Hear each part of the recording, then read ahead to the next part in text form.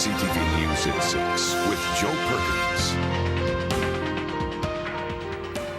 Good evening. Glad you could be here with us tonight. If you're not ready for the big one, consider yourself warned again. Early this morning, a powerful earthquake struck off the west coast of Alaska, sparking a brief tsunami warning stretching all the way to the northern tip of Vancouver Island.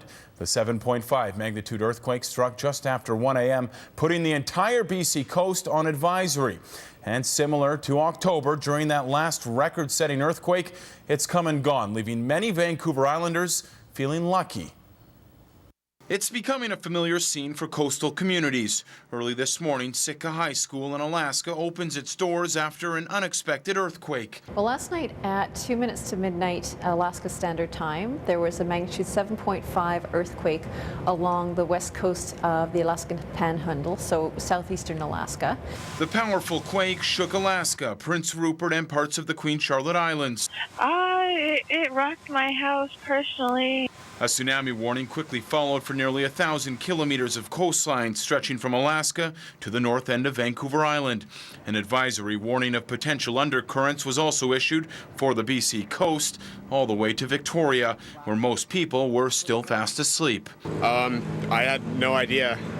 North of the island, beds shook. It rattled my house completely, and my cats went on the fritz, and that's how I knew something was up, because my cat. Like many, she escaped to the nearby school as provincial emergency teams began assessing the region's latest large quake. In looking and assessing things in the middle of the night is a little bit of a different game than it is in broad daylight. But with waves reaching only a few centimeters above sea level, the warnings and advisories were quickly lifted. Earthquake. It's been just over 2 months since October's record-breaking 7.7 magnitude earthquake off Haida Gwaii, a quake that shook the province in more ways than one.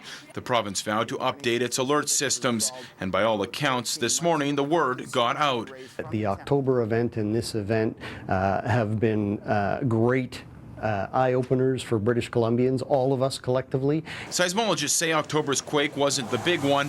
This morning's wasn't either. Instead, they're calling both wake-up calls that might not be loud enough. Are you prepared for an earthquake if it were to hit Victoria? Not at all. She's not the only one not prepared. Others argue they're not worried, puzzling seismologists who say the big one isn't a matter of if, but rather when. You're living in a seismically active area. This kind of earthquake could certainly happen closer to home. If it does, consider yourself warned.